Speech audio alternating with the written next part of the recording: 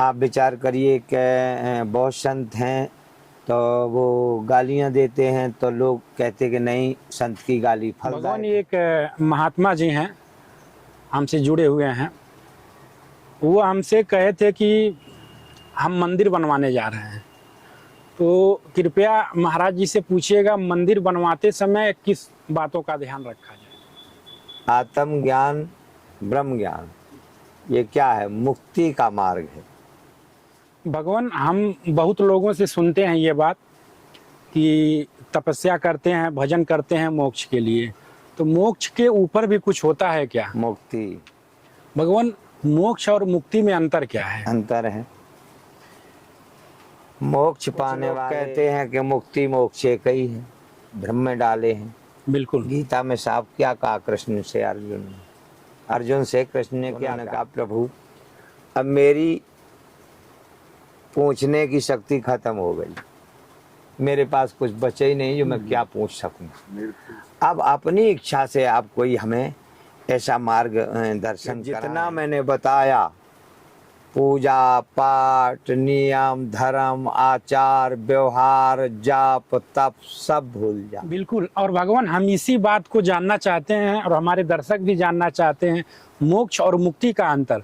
अगर गौलोक या ब्रह्मलोक, शिवलोक, क्षीर सागर, अगर ये सब मोक्ष का द्वार है, मोक्ष है, तो फिर मुक्ति कहाँ है? जय सीताराम, जय सीताराम, जय सीताराम। दोस्तों, आज हम लोग पहुंच चुके हैं श्री नारायणानंद महाराज जी के आश्रम पर। यहाँ उनकी कुटिया बनी हुई है दोस्तों, और देखिए ये सीढ़ियों का रास्ता है जो महाराज जी के पास जाता है। राधे राधे दोस्तों, स्वागत है आपका अपने YouTube चैनल संतों के चरणों में। दोस्तों, इस समय हम लोग हैं चित्रकूट में, और यहाँ पर पूज्य भगवान जी की कुटिया है।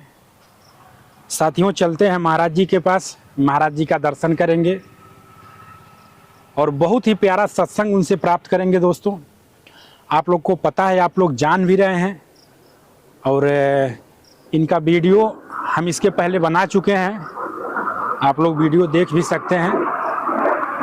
दोस्तों, चलते हैं महाराज जी के पास। देखिए इसी तरह से सीढ़ियों का रास्ता है जो कि महाराज जी के कुटिया में जाता है। दोस्तों, साथियों, एक बात बता दें, यहाँ पर लोग दूर दूर से आते हैं महाराज जी का सत्संग सुनने के लिए। महाराज जी का प्यार, महाराज जी का दुलार यहाँ पे इन लोगों को खींच के लाता है, और यहाँ पे लोग बिना शुल्क का रहते हैं, महाराज जी के यहाँ भोजन प्रसादी करते हैं। दोस्तों, चलते हैं महाराज जी के पास और महाराज जी से मुलाकात करके सत्संग लेने की कोशिश करेंगे। भगवान, आपके चरणों में बारंबार सेवक का प्रणाम, आशीर्वाद।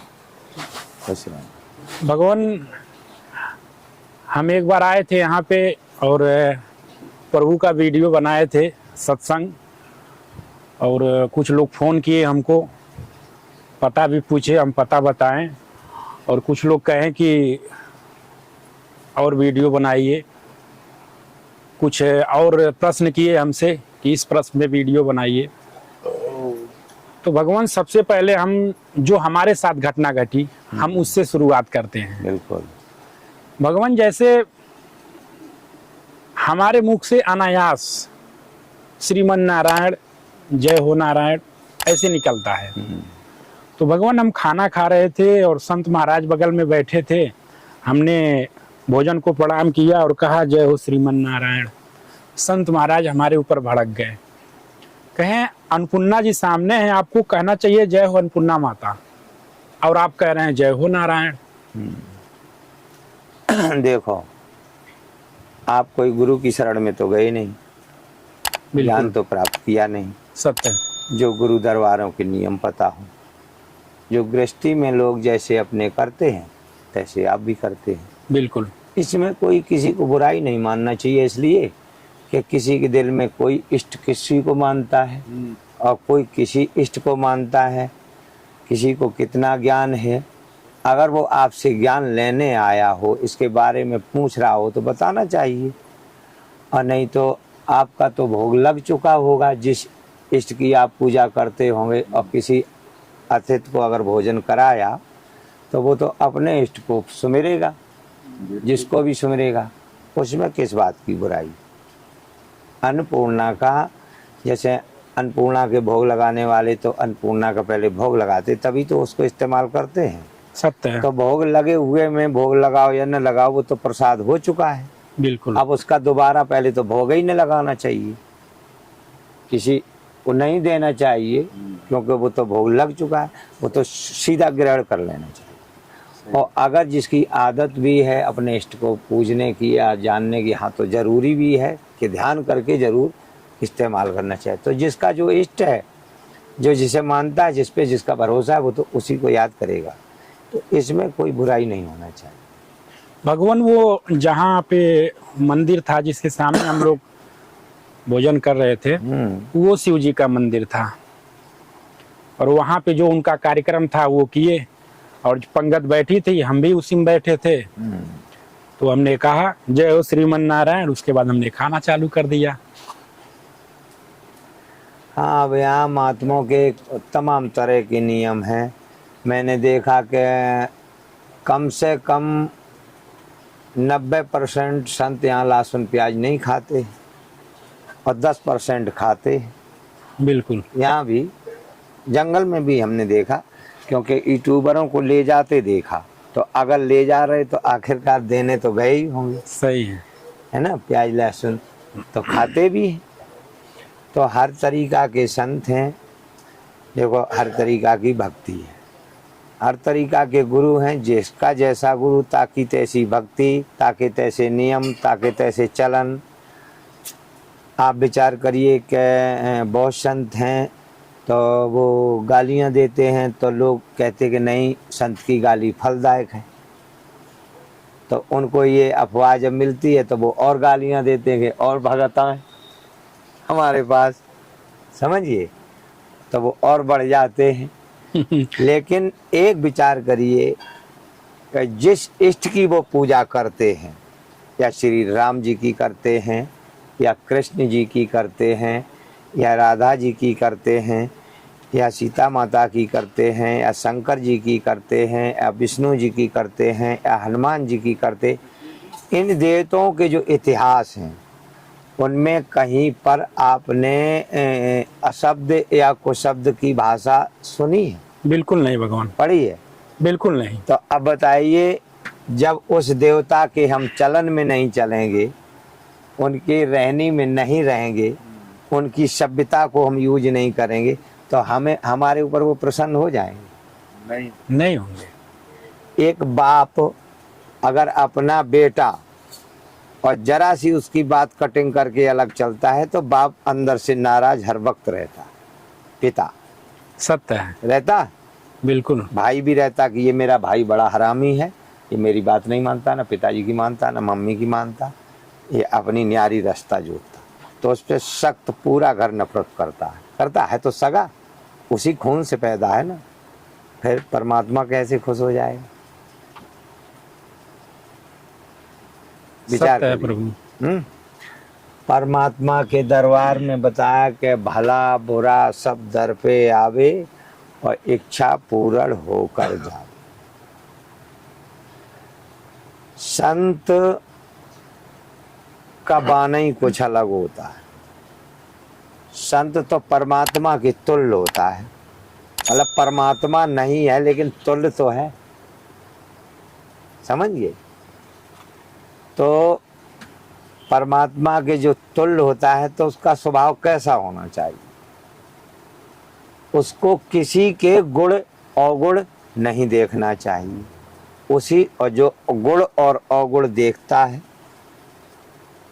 गुण तो देख लेने चाहिए लेकिन अवगुण नहीं देखने चाहिए। इसलिए कि अवगुण देखने ही से दृष्टि दोष लगता है। दृष्टि दोष का मतलब क्या है?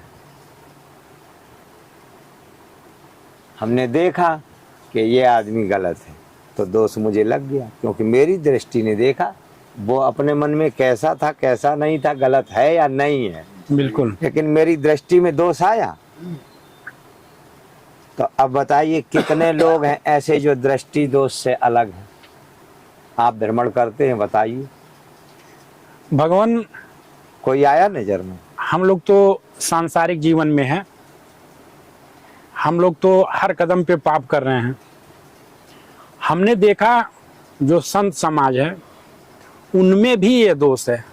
हम और क्या कह रहे कि आप भ्रमण करते हैं गृहस्थी से लगा के संत तक, बिल्कुल। आपने किसमें ऐसा कोई मिला जिसमें दृष्टि देश दोष ना हो? लगभग सब में देखते हैं भगवान। देखते हो? बिल्कुल। यहाँ क्या देखा? भगवान यहाँ पे आए हैं अभी तो थोड़ी देर हुआ है हमको, लेकिन फिर भी लेकिन अब जो आपके सानिध्य में है, आपकी जैसा व्यवहार है, जो आपके व्यवहार का अनुसरण करेंगे और जो करते हैं वो तो महात्मा स्वरूप हैं। इसी को कहते कि दृष्टि दोष से अलग सब कोई बिरले हो पाते, सबके बस की बात नहीं। बिल्कुल। समझिए, जब किसी के अवगुण हम देखते रहेंगे, अवगुण देखते रहेंगे, तो हम अपने अवगुण कब निकालेंगे? सत्य है प्रभु। क्योंकि देखने ही से तो अवगुण आएंगे, हम निकालेंगे कब? जब उन्हें हम धारण करेंगे कि ये गलत है, इसने ये ऐसे बोल दिया, इसने ऐसे चालन चले, हमसे क्या मतलब है ना? मेरे पास जो आएगा पूछेगा तो बता दूंगा, नहीं पूछेगा नहीं बताऊंगा। क्या लेना देना मुझसे? मुझसे तो सिर्फ उनसे मतलब है। हमें तो काम है ईश्वर से। जगत रूठे तो रूठन दे, है ना? बिल्कुल। तो जिसको उससे मतलब है वही दृष्टि के दोष मिटा पाते हैं, अपने अवगुण निकाल पाते हैं और दूसरों को गुण दे पाते हैं। भगवान, ये एक महात्मा जी हैं, हमसे जुड़े हुए हैं। वो हमसे कहे थे कि हम मंदिर बनवाने जा रहे हैं, तो कृपया महाराज जी से पूछिएगा मंदिर बनवाते समय किस बातों का ध्यान रखा जाए। हालांकि गृहस्थ महात्मा हैं, लेकिन वो हमसे इस पर चर्चा किए थे, तो हम कहें भगवान से चर्चा करेंगे हम इस पर। मंदिर, पहले तो मंदिर बनवाना ना चाहिए, अगर मेरी बात समझ में जब पूछा है तो। बिल्कुल बिल्कुल। इसलिए नहीं बनवाना चाहिए कि जो मंदिर बनवाते हैं वो पूजा नहीं कर पाते, थोड़े दिन करते, फिर या तो नौकर लगाते हैं, समझिए, या किसी मतलब खुद उसमें लापरवाही करने लगते हैं, अधिकार जमाने लगते हैं। मैंने बनवाया है, मेरा मंदिर है, इसमें तुमने यहाँ गंदगी कर दी, यहाँ जूता उतार दिया, यहाँ चप्पल डाल दी, यहाँ थूक दिया, समझिए, अहंकार हो गया। और फिर जब तुम ना रहे तब उस मंदिर में कोई पूजा आरती नहीं करेगा, ठीक है? बिल्कुल। तो फिर वहाँ बैठालने से क्या फायदा नहीं। मंदिर तो भगवान ने खुद बनाया है, उसमें पूजा करिए। का बना मन मंदिर आलीशान, तेरे पूजन को भगवान। भजन सुना है कभी? लोग गाते हैं, गाते हैं। बना मन मंदिर आलीशान, तेरे पूजन को भगवान। ऐसे लोग गाते हैं। किसने जानी तेरी महिमा, किसने भेद तुम्हारा पाया, तेरी लीला अजब महान, बना मन मंदिर आलीशान। हैं? प्राणों के प्राणनाथ प्राणेश्वर, प्राणों के प्राणनाथ रमणेश्वर, है ना? यही में तो रह रहे, कहीं दूसरी जगह रह रहे का? नहीं भगवान। ये कौन है जो आ रहा जा रहा? यही तो रमणेश्वर है, यही प्राणेश्वर है। यही महेश्वर है, यही रचयिता है जिसे ब्रह्मा जी कहते हो, यही विष्णु जी है जिसे हरि कहते हो। जब अंदर जाती तो हरि हो गई, बाहर आई तो हर हो गई। लोग कहते हर हर महादेव, कहते ना। तुम्हारे भीतर है सारी शक्ति, पूरे विश्व की शक्ति शरीर में स्थापित है। हम सो गए हैं, शक्ति बैठी है।